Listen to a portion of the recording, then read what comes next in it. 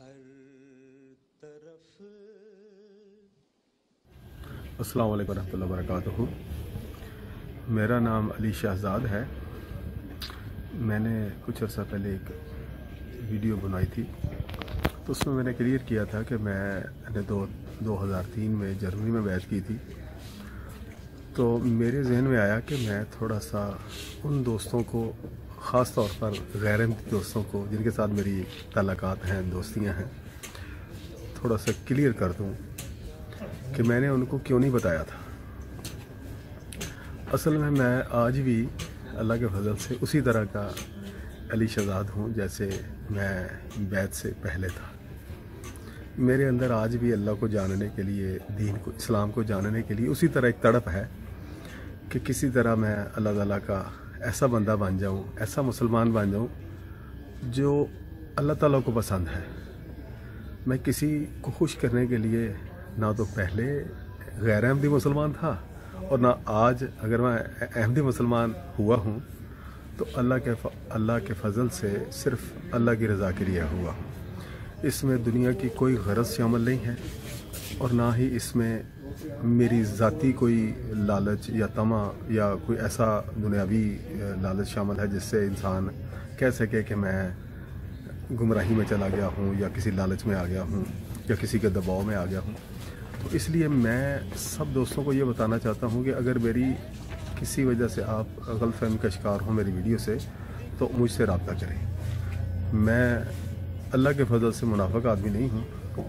اگر آپ لوگوں کے پاس کوئی بھی آج بھی دلیل ہے قرآن، سنت اور حدیث کے مطابق اور صحابہ کی زندگی سے، اور یہ الفاظی باتیں نہ ہوں، دیکھیں ہمارے اولیاء اللہ جو گزرے ہیں انہوں نے صرف زبانی کلامی باتیں نہیں کی ہیں، نہ صرف کتابیں لکھ کے چلے گئے ہیں، ان کی عملی زندگی ایک نمونہ تھی۔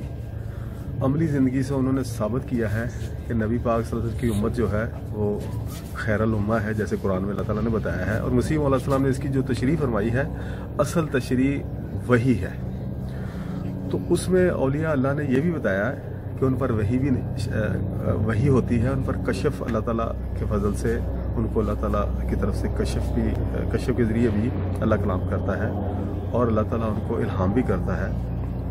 اور ساری تذکرۃ الاولیاء اگر پڑھ کے دیکھ لیں تو اس میں ساری یہی باتیں شامل ہیں کہ اللہ تعالیٰ نے مجھے یہ بتایا، اللہ تعالیٰ نے مجھے یہ بتایا۔ مسیح علیہ السلام نے وہ باتیں کوڈ کی تو مجھے یقین جو ہے میرا وہ نور اللہ نور ہو گیا۔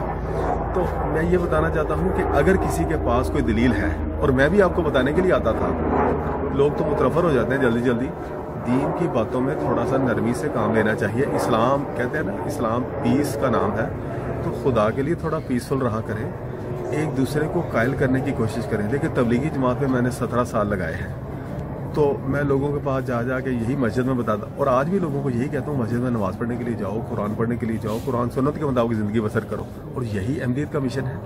دیکھیں اسلام، اسی لیے ہم کہتے ہیں احمدیت جو ہے حقیقی اسلام ہے۔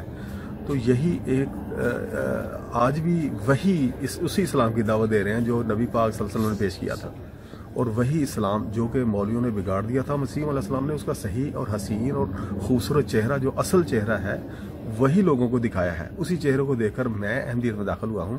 اس لیے میں آپ دوستوں سے یہ عرض کرنا چاہتا ہوں کہ آپ قرآن کو ترجمے کے ساتھ پڑھیں، تفسیروں کو بھی پڑھیں، میں یہ نہیں کہتا ان کو نہ پڑھیں، لیکن مسیح علیہ السلام کی تفسیروں کو ضرور پڑھیں کہ انہوں نے قرآن حدیث کو کیسے پیش کیا ہے۔ پھر اپنی تفسیروں کے ساتھ وہ اس کا کمپیریزن کریں کہ آیا اس میں کیا بگاڑ ہے، بلکہ اچھائی آئی ہے۔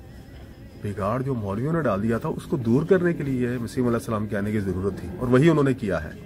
جب آپ پڑھیں گے تو انشاءاللہ مجھے اللہ سے امید ہے اور 100% امید ہے، اور اگر تعصب سے پاک ہو کر پڑھیں گے تو آپ کو بہت سارا اللہ تعالیٰ علم نافع بھی نصیب فرمائیں گے، اور اللہ تعالیٰ آپ کو ہدایت اور ایمان کی دولت سے بھی نوازیں گے، اور آپ کو صبر اور انشاءاللہ آپ کو اخلاص اور اخلاق کی دولت بھی نصیب کریں گے۔ میری آپ سب سے درخواست ہے کہ اگر کسی قسم کی غلط فہمی ہو تو مجھ سے ڈائریکٹ رابطہ کریں، جیسے آپ پہلے رابطہ کرتے تھے کریں۔ میں آپ کے ساتھ ڈسکشن کے لیے آج بھی اسی طرح تیار ہوں جیسے پہلے تھا۔ اللہ تعالیٰ مجھے بھی قبول فرمائے اور آپ دوستوں کو بھی قبول فرمائے۔ جزاک اللہ خیر۔ السلام علیکم ورحمۃ اللہ وبرکاتہ۔